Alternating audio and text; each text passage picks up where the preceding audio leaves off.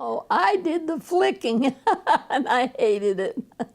I sneezed and sneezed, get all those feathers and little things around my nose. Oh, I did not like doing that at all.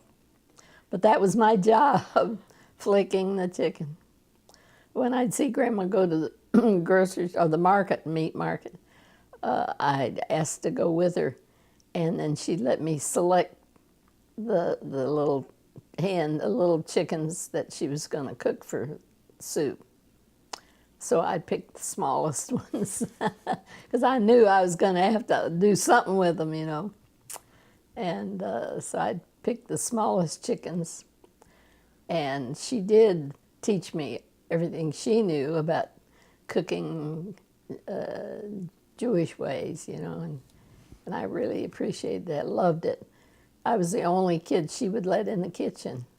She wouldn't even let her own children in the kitchen.